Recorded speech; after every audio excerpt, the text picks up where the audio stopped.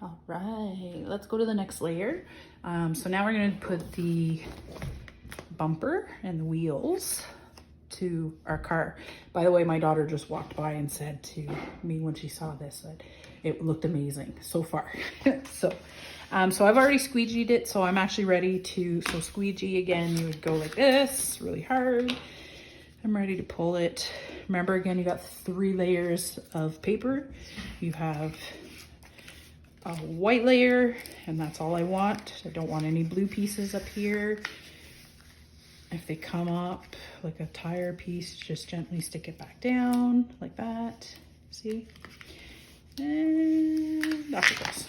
So discard that, pick up your paper, sticky side down, hold it, and bring my project back into view. And now if you look on the tires, there's like a little triangle part here and here. And on the project, there's like a corresponding little triangle part. So you're going to put your project down, and then you can decide whether you want it to touch it or if you wanted to make it a little bit more of a space. It's really up to you. I'm gonna actually do a space just for the effect. And I'm gonna put it down.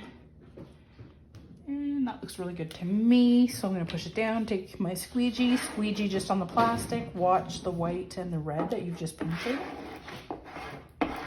And squeegee it down.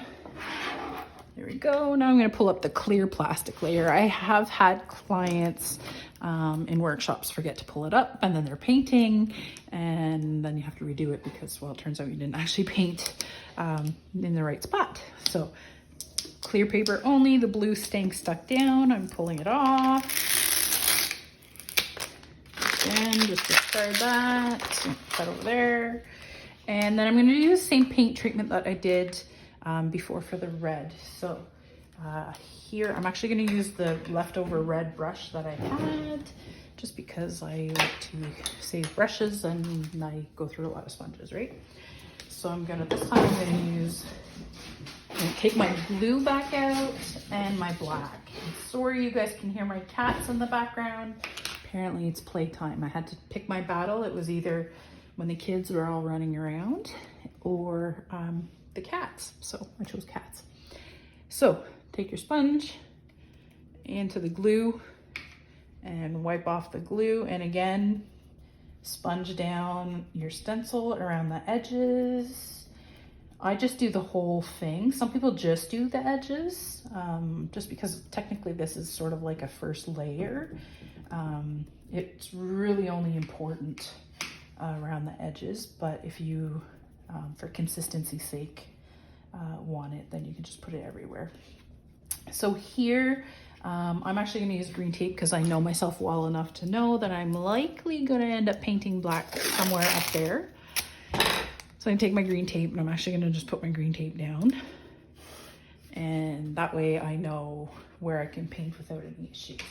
Take my black, I'm gonna use the same sponge I just used for the glue, dip it in my black. Now I have a lot of black on here.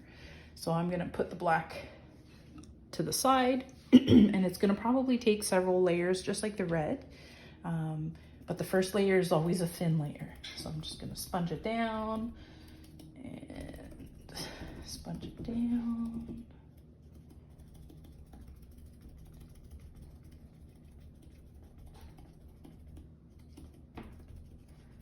All right, and keep going. And I will get back shortly with once I've done more layers.